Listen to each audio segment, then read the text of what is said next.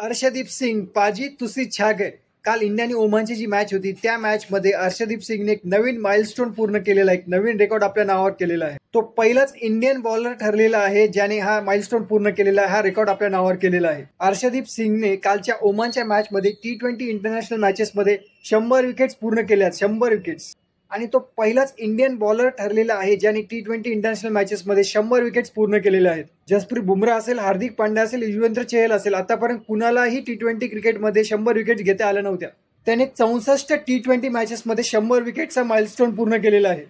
अर्शदीप सिंगने जुलै 2022 मध्ये डेब्यू केलं होतं. त्याची पहिली मॅच त्यांनी जुलै 2022 मध्ये खेळली होती. तेव्हापासून आतापर्यंत जसप्रीत बुमराह नंतर T20 क्रिकेटमध्ये T20 मॅचेसमध्ये इंडियाचा मेन बॉलर जो आहे तो अर्शदीप सिंगच आहे. पण तुम्हाला माहिती आहे का की टेस्ट क्रिकेटमध्ये आणि वन डे मध्ये कोणत्या प्लेयर्सने सगळ्यात पहिले 100 विकेट्स इंडियाकडून घेतल्या होत्या?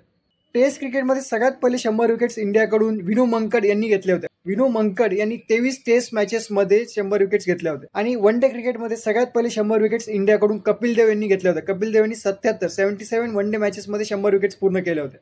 मित्रांनो, व्हिडिओ आवडला असेल तर चॅनलला सबस्क्राईब नक्की करा आणि व्हिडिओला शेअर करा, लाईक करा.